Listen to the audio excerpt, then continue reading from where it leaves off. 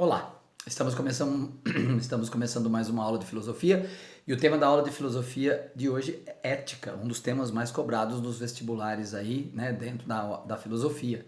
Até porque dentro da ética você tem que saber elaborar a ética de Aristóteles, a ética de Kant e a ética utilitarista. Antes disso a gente faz uma introdução, debate um pouco mais sobre ética para depois a gente entrar nesses temas um pouco mais aprofundados sobre a ética. A ética. Bom, juízo de valor e norma. Dizer a verdade ou não está ligado a um sistema de valores da nossa sociedade. Bom, a nossa sociedade, primeiro que a gente pode dizer pequenas verdades ou grandes verdades, né? Outra que a gente pode dizer contar pequenas mentiras ou contar grandes mentiras. Mas isso são valores da sociedade.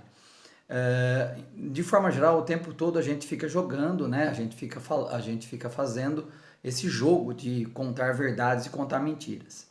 Do ponto de vista da nossa interpretação, o correto é que todos nós falemos a verdade o tempo todo, custe o que custar, doa a quem doer, né? Então nós, vamos dizer assim, que nós já temos no nosso inconsciente, nós sabemos que o correto para a nossa sociedade, o correto para nós humanos dentro da sociedade, é que nós contemos a verdade o tempo todo. Então, o tempo todo, nós devemos ser pessoas verdadeiras. O problema é que isso não acontece dessa maneira.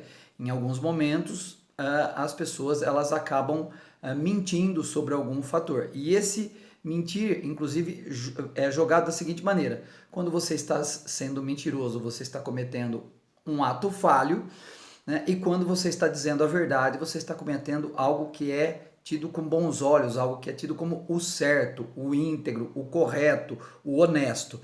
Então a sociedade, ela interpreta que, né, falar a verdade é algo correto, custe o que custar, doa que doer, em que momento quer que seja. Então não deve haver a mentira.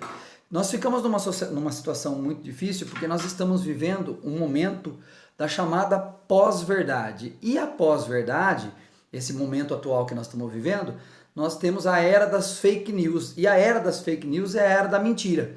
Então é a era de você contar as mentiras, inventar as histórias mais absurdas sobre os assuntos mais diversos, e essa mentira, de forma bem contada, acaba se transformando numa verdade. Hoje, talvez um dos maiores problemas que nós estejamos enfrentando na atualidade é a construção das chamadas fake news, né? A construção da mentira. A fake news não é algo, contar mentira não é algo novo. O que é novo é que nós estamos normatizando a mentira, principalmente essa normatização, ela acontece por conta principalmente das novas mídias que nós temos, né? E da rapidez com que essa mentira ela acaba se espalhando. O problema é que existem mentiras que não causam nenhum tipo de impacto, são mentiras até simpáticas, no sentido de não trazer nenhum dano à sociedade. Vamos dar um exemplo aqui. A Terra é plana. É uma mentira, nós já sabemos de longa data, mas de longa data mesmo, que a Terra não é plana. Nós sabemos de longa data que a Terra ela é esférica, ela é redonda, né? E 70% desse planeta está recoberto de água e 30% é o que a gente tem das terras emersas. Nós já sabemos isso de longa data. Mas, tá certo? Existem mentiras, então essa é uma mentira que você pode contar e não vai trazer um dano tão grande, né? Mas isso depende muito do ponto de vista, mas aqui só para exemplificar. E você tem mentiras que podem ser mentiras muito mais complexas, como por exemplo, aquelas que são faladas sobre vacinas, que já se tem hoje a comprovação da eficácia da vacina, né? Do quanto essa vacina é capaz de imunizar a sociedade para aquela determinada doença. E aí vem as mentiras sobre essa vacina, e aí a sociedade passa não mais a tomar vacina, porque passa a acreditar nessa mentira, né? Essa mentira, ela fica normatizada dentro da sociedade. Isso é um perigo porque você já causa um problema muito mais grave ao estabelecer que aquela determinada vacina causa um determinado dano. Isso causa um impacto na sociedade, onde a sociedade passa a acreditar nessa mentira, e aí a sociedade acaba ficando à mercê dessa mentira, e aí os efeitos são desastrosos, os efeitos são muito danosos à nossa sociedade. Então, dizer a verdade ou não está ligado a um sistema de valores. Esses valores, a gente também é bom frisar, são valores extremamente antigos, né? Isso acompanha a humanidade, mas entenda que hoje nós estamos vivendo essa nova fase, estamos tendo essa nova cara. Bom, estabelecemos juízo de valor diferenciando o bem e o mal, né? Nós diferenciamos o que seria o bem e diferenciamos o que seria o mal dentro da nossa sociedade, né? Então, vamos criar uma norma aqui que pode ser avaliada num senso comum, né? Bem comum, tá? Se eu estou ajudando, por exemplo, uma velhinha a atravessar a rua, eu estou praticando um ato de bem. Se eu estou passando a perna nessa velhinha na hora que ela está atravessando a rua, eu estou cometendo um ato ligado ao mal. Então nós estabelecemos esse juízo diferenciando o que é bem e o que é mal. E que também nos dias de hoje a gente tem que tomar cuidado, porque eu vou usar uma terminologia para falar sobre a atualidade, né, que é uma tal de ginástica mental. Então a gente pegar coisas que poderiam ser encaradas como bem e fazer uma outra palavra que está muito na moda e fazer uma invertida, aquilo que era tido como do bem passa a ser do mal e aquilo que era do mal passa a ser tido como do bem. Mas isso é um momento que nós estamos vendo agora, nós estamos vendo muito isso, mas isso também é histórico, isso também acompanha a sociedade ao longo da história. Praticar o que essas invertidas de bem e mal para, né, algum grupo tirar proveito nesse sentido. Então nós também temos a possibilidade de estabelecer, tá certo? A possibilidade de invertidas, a gente inclusive vê isso na política, nós vimos recentemente isso até ligado à política, né? Não gostaria de citar nomes aqui, mas por exemplo, né, quando a gente pega, só para a gente inverter, como é possível na atualidade fazer a inversão de valores, né? Tá certo? Desse juízo. Em São Paulo nós temos um padre lá, o padre Júlio Lancelotti, que ajuda os moradores de rua, enfim, ele tem um trabalho lá com moradores de rua. E nós vimos agora nessa corrida eleitoral, né, o nome do padre entrar em evidência e dizer que o padre ele não ajuda aquelas pessoas de rua, ele acaba alimentando aquela situação. Então, quando o padre vai lá e ajuda aquelas pessoas, na verdade o padre alimenta aquele movimento das pessoas a ficarem ali na rua e não desejarem a melhora. Eu estou colocando porque foi um assunto que foi trabalhado pela mídia, eu não estou aqui para fazer juízo, ficar julgando, mas o padre que tinha ali uma visão de que ele estaria fazendo o bem, na verdade foi dada uma invertida e aí o padre acabou ficando como se fosse alguém, como alguém que estaria fazendo o mal. Eu não estou aqui para julgar essa questão, entrar no debate, isso entrou no debate da eleição agora, o padre inclusive passou a ser ameaçado e assim por diante, tá? Mas é o clássico momento que você pode fazer a invertida. Então eu pus ele só como exemplo, não estou aqui para julgar, não estou aqui para ficar fazendo juízo sobre isso, não é o meu papel. Bom, escolhemos fazer o bem, seguido por princípios morais, para manter um certo convívio social. Então, quando nós praticamos o bem, né, quando nós temos um ato e esse ato nos leva a praticar o bem, isso melhora o nosso convívio social, né? Então você pega todas as... Acabei de falar que o padre passou por uma invertida, mas de forma geral, isso acaba nos mantendo numa situação de um bom convívio social. Então as pessoas que estão, de alguma maneira, emaranhadas em fazer, por exemplo, ajuda aos idosos, ajuda as mulheres grávidas no estado de carência, ajuda as crianças com algum tipo de problema, as crianças com HIV. Então, escolhemos fazer o bem por um princípio moral, por uma questão moral. Então, é um momento que eu escolho para fazer isso. Então, veja bem, é seguido por princípios morais e nesse sentido, né, só fazendo a ligação do que eu estou falando, a que a gente tenha um bom convívio. Então, quando você olha para o Carlinhos, e o Carlinhos é alguém que que tem um trabalho, por exemplo, dentro de alguma coisa na qual o Carlinhos ajuda pessoas, isso é tido numa situação para manter um convívio social e é tido como uma coisa boa. Temos um problema se a gente for interpretar, né, esse pensamento do nosso querido escritor russo Dostoiévski. Se Deus não existe e a alma é mortal, tudo é permitido, tá? Ivan Karamazov, tá certo?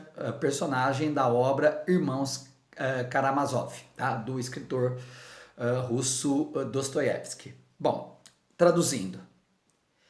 Se Deus não existe, é um possível pensamento. Se Deus não existe, tá? E se nós terminamos aqui, qualquer coisa que eu faço é permitido. Pensa. Imagine se você passar a pensar dessa maneira. Ó, não existe nada além do que nós estamos vivendo aqui. Pensamento 1. 2. Nossa vida, ela começa aqui e se encerra aqui. Nós somos finitos.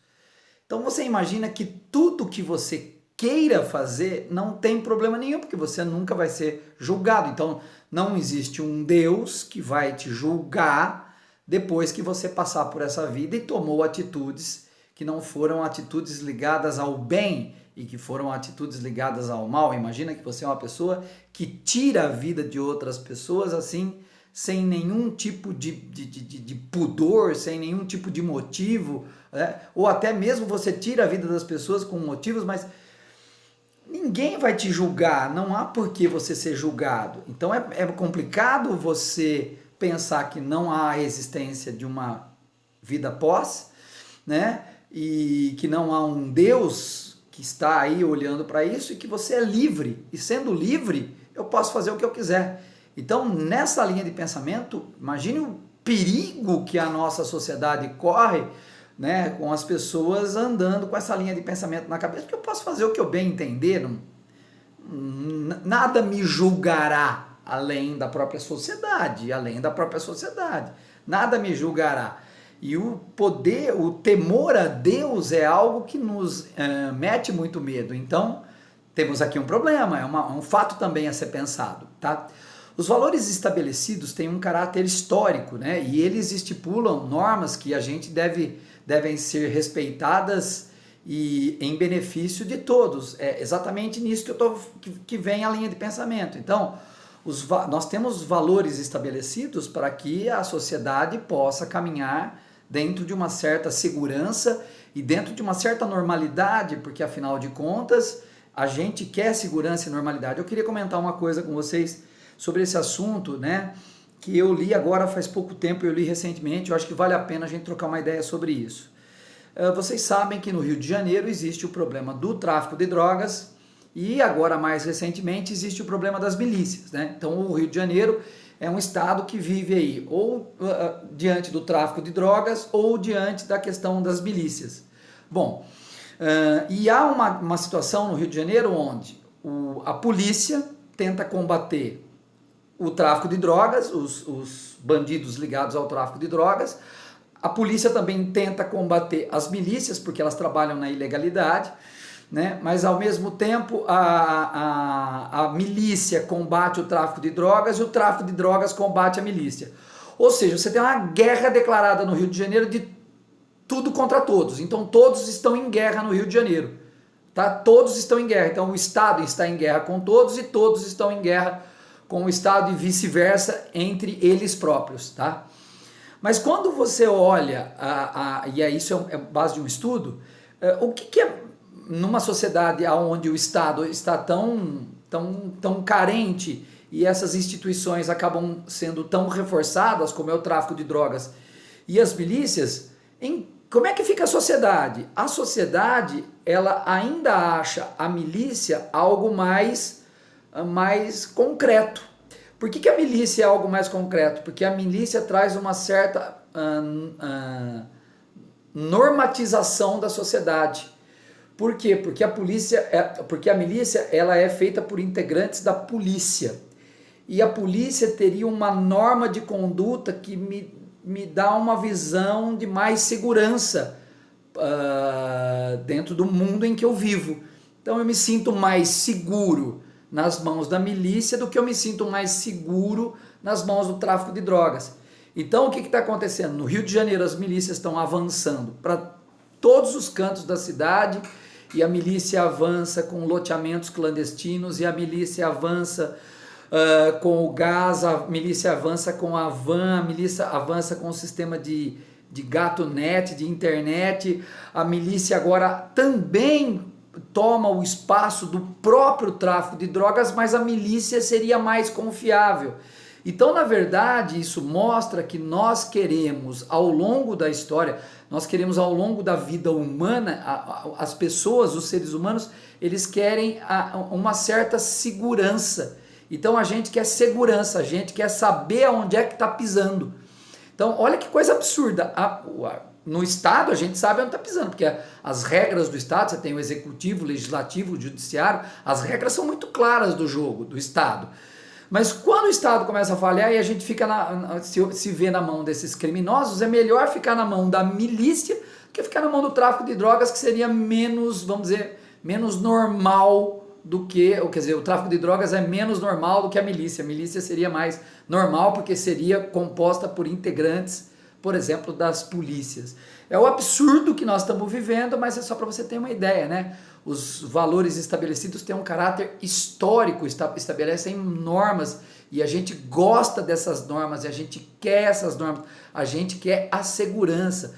É por isso que o pensamento conservador consegue ter tanta margem, porque o conservador é aquilo que eu já vivi, né? Muitos vão pensar o conservadorismo dessa maneira.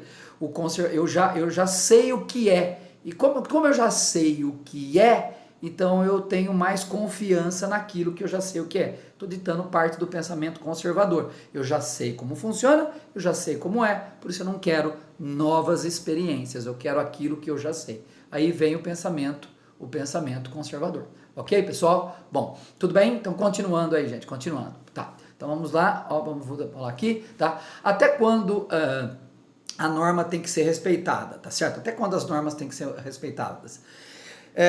E a gente vai ver que as mudanças de comportamento através do tempo, elas vão acontecendo, tá certo? E as nossas escolhas também vão mudando. Com o passar do tempo, a gente vai mudando. Eu falei que a gente gosta do conservadorismo, mas a gente tem que entender que nem tudo que a gente tinha no passado foi algo bom. Né? Nem tudo que o passado produziu é algo maravilhoso, e nem tudo que o presente produz é algo desastroso. Né? Historicamente falando, o passado sempre produziu coisas boas e coisas ruins, como a atualidade vem produzindo coisas boas e coisas ruins. Isso é histórico, mas nossa memória saudosista sempre busca no passado aquilo que, como a gente era mais jovem, como a gente tinha uma vida mais tranquila, como a gente não trabalhava, como a gente tinha os pais vivos, né? Como a gente tinha ali uma vida onde a gente não estava tão preocupado com o filho, com ganhar dinheiro, né? Com ter que se virar na vida. Então a gente tem sempre um pensamento romântico sobre o passado, tá? Mas, por exemplo, o passado produziu, é muito interessante, porque tem muita gente que diz assim, nossa, eu acho os dias de hoje tão violentos. E a Segunda Guerra Mundial foi o quê? Foi tranquila? Mais de 50 milhões de pessoas morreram durante a Segunda Guerra Mundial, e a Segunda Guerra Mundial foi um momento de tranquilidade. O nazismo foi algo bom, o fascismo foi algo bom. Então, quando a gente olha, tá certo? A gente vai vendo que houve um determinado momento que a sociedade alemã abraçou o nazismo. A sociedade alemã abraçou o nazismo, estava junto com o nazismo. Né? Acreditou no nazismo, concordava com o nazismo. Tinha gente que dedava o vizinho que era judeu, e o vizinho ia para um campo de concentração e morria, e aquilo era normal. Aquilo era tido como normal. Olhando hoje, isso é o quê? É um completo absurdo. Então as coisas vão mudando também ao longo do tempo, né? Então a gente vai percebendo que as coisas ao longo do tempo, elas vão sofrendo, elas vão sofrendo modificações, né? Elas vão sofrendo transformações. Então, ao longo do tempo, a gente vai ver essas mudanças, elas acontecendo, tá? Mas uma coisa a gente sabe, né? Nós, dentro das nossas escolhas, a gente sempre vai tentar fazer as melhores escolhas. Eu tenho certeza que, de forma geral, não só as pessoas individualmente falando, mas a sociedade de forma geral sempre tenta ter as melhores escolhas. A gente sempre tem que entender que um pai sempre pensa o melhor para o filho. Estou dando um exemplo. O pai sempre pensa o melhor para o filho, tá? É uma coisa comum. Mas às vezes o pai acaba errando na maneira como criou, na maneira como educou, na maneira como orientou numa determinada coisa. Mas num primeiro momento, todo mundo acredita que aquela escolha foi a escolha correta. Bom, e se tem uma coisa que a gente não concorda, que a gente discorda, é lógico que isso aqui é aberto por uma discussão, mas nós não concordamos com matar pessoas. Porque a nossa vida é o nosso bem mais sagrado. Então, como a nossa vida é o nosso bem mais sagrado, nós não concordamos que você queira matar uma pessoa. Por quê? Porque nossa vida é o nosso bem mais sagrado, né? E nós vamos tentar preservar a vida de todas as formas, de todas as maneiras, tá certo? Só que aí, quando a gente pensa que a nossa vida é a mais sagrada, nós caímos em dilemas. As células troncas são extraídas de embriões humanos que estão destruídos na sequência. Se a vida é algo sagrado, nós podemos então trabalhar com células tronco? É correto trabalhar com as células tronco, já que elas vêm de uma vida? É correto? Então, esse julgamento de valores é um negócio muito complicado. Então, por exemplo, quando o Estado decide, em lugares do mundo, como é o caso da China, como é o caso dos Estados Unidos, que ali tem quando você comete um ato ilícito, esse ato ilícito ele vai ser condenado com a pena de morte, quer dizer, o Estado vai tirar a morte dessa pessoa. É correto o Estado tirar a vida dessa pessoa? Ah, Carlinhos, é correto porque o cara vai tomar uma injeção letal, o cara nem vai sentir dor absolutamente nada. Ah, tá. Então não é correto, por exemplo, a sociedade, por exemplo, fazer ali um julgamento e matar uma pessoa. Não é isso? Tá? Não é correto, ok? Bom, somos realmente livres? Então, nessa linha de pensamento, deixa eu colocar a câmera aqui, pessoal. Nessa linha de pensamento, nós somos realmente livres? Nossas escolhas devem se basear em um sentido ético? Olha, sim, se a gente se baseia num sentido ético, muitas vezes as nossas escolhas não são livres, porque eu estou me baseando num princípio ético. Então, por exemplo, aquilo que eu tenho vontade... Então, imagina que você pensa assim. Vou dar só como exemplo, tá ok? Aí eu tenho vontade de esganar ciclano. Esganar no sentido de ir lá, pegar o cara pro pescoço, ter um ato de violência. Você até pode pensar isso, mas a sua escolha de ir lá e pegar o sujeito pelo pescoço e esganar ele no sentido de dar um safanão na pessoa, você não vai fazer. Porque você tem todo um sentido ético sobre a nossa conduta de relacionamento dentro da sociedade. Então, nós somos realmente livres? É uma pergunta. Aí eu já estou meio que te ajudando na resposta. Você às vezes tem vontade de pegar um monte de gente pelo pescoço. E às vezes você pega. Às vezes você vai lá e pega o cara pro pescoço. Mas a hora que você pega o cara pro pescoço, o que acontece na sequência? O quão aquilo vai me custar, o quão aquilo vai depois influenciar na minha vida. Aí você para e pensa. Então de repente você mentalmente, você fala, peguei pelo pescoço. Mentalmente, mas... De repente foi só mental. Não, a relação custo-benefício de fazer isso aqui é a mesma coisa, por exemplo, quando você tem o Estado e o Estado tem um sistema judicial muito, muito bem claro, você fala assim, mas o sujeito matou fulano e vai pegar 30 anos de cadeia. Puta, mas você já imaginou? Passar 30 anos numa cadeia, 40 anos numa cadeia, prisão perpétua, você nunca mais poder ter a sua liberdade, porque nós interpretamos que o bem maior que nós temos no mundo inteiro é a nossa liberdade, é o nosso direito de ir e vir. Quando você tira do cidadão o direito de ir e vir porque ele cometeu um ato ilícito, não é uma punição violentíssima para nós humanos? Lógico que tem lugares que ainda tem a pena de morte. Mas é uma coisa violentíssima para nós. Então nossas escolhas elas devem se basear em um sentido ético, porque afinal de contas vai ter danos para mim, tá certo? Bom, então o que é ética? Isso que eu vim debatendo aqui até agora de uma maneira mais solta, né? Ética e moral, tá? Ética, ramo da filosofia que aborda os problemas fundamentais da moral, significado de bem e de mal, de justiça e dever, e sentido e finalidade da vida, regras de validade universal. Então, quando você pensa em ética tem uma validade universal. Matar, por exemplo, não matar é universal. Universal. Eu vou pensar dessa forma no mundo inteiro, quer dizer, não é correto matar isso num pensamento universal. Isso é um pensamento ético. E moral, conjunto de valores que variam de cultura para cultura e mudam com o tempo. Então, com o tempo, algo que era, por exemplo, aceito, passa não mais a ser aceito. Então, moralmente, aquilo já não é mais legal. Ou seja, princípios e normas para o convívio social. Eu queria dar um exemplo sobre moral. Eu queria dar um exemplo sobre moral atualmente. Nós estamos em 2020, essa aula está sendo gravada em 2020, e nós estamos no ano 2020 em meio a uma pandemia provocada pelo vírus chamado de coronavírus, que a gente chama ela, a pandemia de Covid-19, né? Bom, conforme o tempo foi passando e as entidades médicas foram entendendo um pouco mais sobre a Covid, a gente entendeu que uma das formas de evitar a Covid, né? A Covid, por enquanto, é uma doença que ainda não tem cura, né? Até o presente momento que essa aula está sendo gravada, a vacina ainda não está sendo testada, nós não temos uma vacina ainda comprovada, tá? Então nós vamos ter que esperar para ver se essa vacina vai sair ou não, até a presente data. Nós estamos no mês de novembro de 2020, então até o presente momento as vacinas estão em teste. Então, como que a gente evita se contaminar com essa doença, que é uma doença de fácil transmissão? A maneira que a gente evita essa doença é a gente cortando o convívio social, diminuindo o convívio social.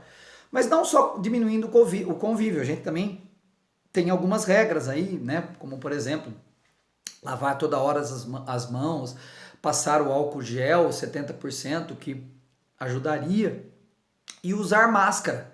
Usar máscara tornou-se um sinônimo de evitar que você contamine pessoas com a Covid. Né? Evitar, porque na verdade a máscara, ela protege da saliva que está saindo da boca. Entendeu? Ela protege, porque afinal de contas você pode pegar Covid pelos olhos. Que coisa maluca, você pode pegar Covid pelos olhos. Então a máscara evita que você contamine as pessoas. Hoje, quando você vai num lugar e vê uma pessoa sem máscara, nessa data que nós estamos, novembro de 2020, você olha aquilo e fica incomodado, porque hoje é uma coisa importante. Ou seja, hoje é uma norma para o nosso convívio.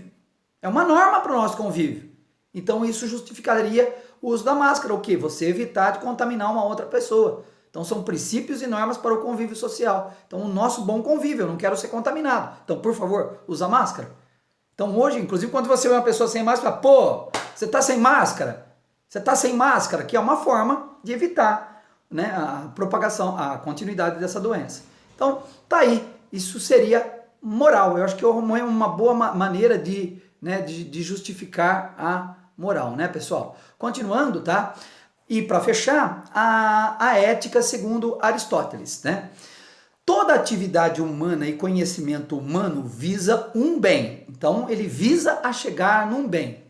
Então, nós humanos, nossa sociedade, no pensamento aristotélico, devemos explorar nosso potencial máximo. Então, a nossa passagem por esse planeta significa o seguinte, que nós devemos explorar a nossa potencialidade ao máximo. Então, vamos falar em algo que seria incorreto para Aristóteles, em algo que não seria ético para Aristóteles, tá? Está acontecendo uma prova, você está lá nessa prova. Aí, de repente, você tem a oportunidade de colar nessa prova. Para Aristóteles, você se colar, você cometeu um ato errôneo, antiético. Por quê? Porque você, ao colar, não está tirando de você toda a sua potencialidade. Porque você colou, você não explorou a sua potencialidade. Então não tem nada a ver com algo religioso. Tem a ver com você não estar tirando o máximo de você. Então, para ele, tá certo? Nós devemos tirar o máximo de nós. Porque todas as coisas têm uma finalidade. e, portanto, você tem que super explorar isso aí, tá certo? A finalidade do ser humano é a felicidade, alcançada pela prática da virtude. E o que seria essa virtude em Aristóteles? A virtude é o equilíbrio. Então é assim, para Aristóteles, eu acho que eu peguei uma caneta, eu tô até aqui meio brincando com a caneta para te mostrar o seguinte. Tá vendo aqui a brincadeira que eu vou tentar fazer aqui, gente? Ó, tá vendo aqui?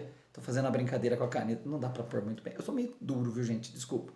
Tá vendo que eu tô mantendo o equilíbrio aqui da caneta? Então, para o Aristóteles, a nossa vida, ela tem que ter justamente o que ele fala de justa medida, que é um equilíbrio entre o excesso e a falta. Então, a gente tem que ter equilíbrio. Então, para o Aristóteles, tudo que a gente for fazer na nossa vida tem que ter equilíbrio. Então, amar tem que ter equilíbrio, se alimentar tem que ter equilíbrio, trabalhar tem que ter equilíbrio, ter amigos tem que ter equilíbrio. Então, se você vai para qualquer um dos lados, ou para penúria, não tenho, ou para o excesso, quer dizer, algo a mais, isso tá errado, isso não traz a virtude. Então, a virtude está no equilíbrio. Então, tipo assim, não coma demais, tá? Porque se você comer demais, você vai ter uma série de doenças ligadas à comida, por exemplo, a obesidade. Mas também ficar sem comer, você também vai ficar doente. Então tenha equilíbrio. Então este é o virtuoso, é uma vida virtuosa para Aristóteles. Tudo bem, gente? Bom, para Aristóteles há 3 tipos de vida. Prazeres, tá? Onde encontra a felicidade na satisfação dos desejos, até porque ele tem a ver com o mundo aqui que nos rodeia, o mundo dos sentidos, da gente ter os sentidos sendo utilizados. A política, a felicidade é encontrada pela honra, né? Pela honradez. E contemplativa, ou seja, a felicidade é encontrada pela reflexão e investigação filosófica. Este é o pensamento de Aristóteles. Aí nós temos a filosofia kantiana, né? E agora aqui nós vamos falar sobre a ética kantiana. E aí nós vamos entrar na chamada lei da moral de Kant. Bom, vamos tentar entender Kant. Kant afirmou que a existência de Deus, da liberdade da alma, não pode ser comprovada. Então você não consegue comprovar a existência de Deus, tá certo? Afinal de contas, não tem como eu provar a existência de Deus aqui no nosso entorno, né? No nosso entorno físico. Tá? Então, eu não tenho como provar a existência de Deus. Mas se Deus existir, e você acredita nele, e ele te dá aí uma razão, ok, para ele é isso aí, ok. Por que é ok? Porque está te dando uma razão.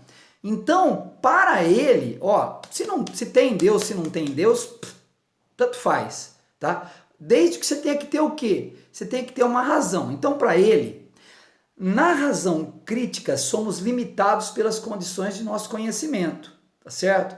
Então, na razão prática, somos livres e fazemos coisas por racionalidade. E não deve ser pelo sentimento. Então vamos tentar explicar isso aqui. Imagine, na ética kantiana, você tem que... Eu vou tentar colocar dessa maneira. Na ética kantiana, você tem que fazer o certo. Então vamos lá. Então imagina assim, ó. Imagina que tem uma velhinha atravessando a rua. E você vislumbra que a velhinha vai ser atropelada. Tá? Eu vou fazer um comentário clichê. Tem uma velhinha atravessando a rua. Então nós vamos falar da filosofia da moral. Tem uma velhinha atravessando a rua. E você percebe, pelo seu grau de racionalidade, que aonde a velhinha está e o sinal aberto e os carros, a velhinha vai ser atropelada. Você vai lá e intervém nesse atropelamento. Você intervém, você vai e intervém. Você faz essa intervenção por quê? Porque essa intervenção é o certo. Então o Kant ele foi perfeito nisso aqui. Ele foi minucioso. O Kant tanto que é o filósofo mais importante que a gente estuda aí, né? O Kant ele foi certeiro nisso aqui, porque o Kant ele vai pensar assim, ó, você não vai lá ajudar a senhora porque é uma questão, sei lá, religiosa. Você vai lá ajudar a senhora porque você vai evitar um atropelamento. Então você usa a racionalidade para que as coisas funcionem de uma maneira correta. E não deve ser no sentido por sentimento. É isso que ele faz. Então essa é a filosofia moral. Na razão crítica, somos limitados pelas nossas condições de conhecimento, e na razão prática somos livres. Então a gente deve agir. Esse é Kant. A gente deve agir, tá certo? Ética do dever. Kant pensa que os princípios éticos são deduzidos da razão humana. A gente falou sobre isso agora, tá? Por conta disso, são necessários e universais. Ou seja, fazer o certo sempre, em qualquer situação, deixa o mundo um lugar melhor. Esse é o pensamento, essa é a ética kantiana. Isso que vocês podem esperar dentro do vestibular. Essa é a ética kantiana, tá certo? Ok? Não podemos seguir apenas nossos desejos. O homem, diferentemente dos animais, reúne autonomia para dar a si próprias regras. Então, nós temos o uso da racionalidade. E aí você tem princípios éticos que são chamados de imperativos categóricos. E aí, para falar sobre isso, e a gente ir caminhando para o fim dessa aula, a gente pode usar o Gandhi como exemplo. Aqueles que agem de tal forma que sua ação possa ser considerada uma norma universal. Vamos pegar o caso do Gandhi. O Gandhi, ele foi um grande líder na Índia, né? A Índia, ela foi dominada pela Inglaterra e foi colônia da Inglaterra.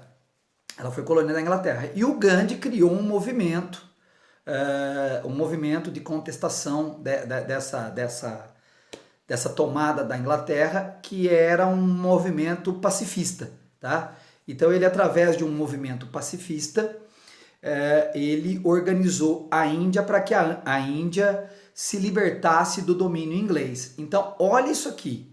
O Gandhi, ele vai lutar ele vai criar um modelo de luta contra a dominação inglesa, que é um movimento pacifista, greve geral, tá certo? Boicote aos produtos ingleses, mas ele inventa um modelo de boicote que é um modelo pacifista. A gente poderia, inclusive, dizer que quem teria algo parecido, mas aí é no campo religioso, fica complicado debater isso, porque Gandhi vem no campo da política.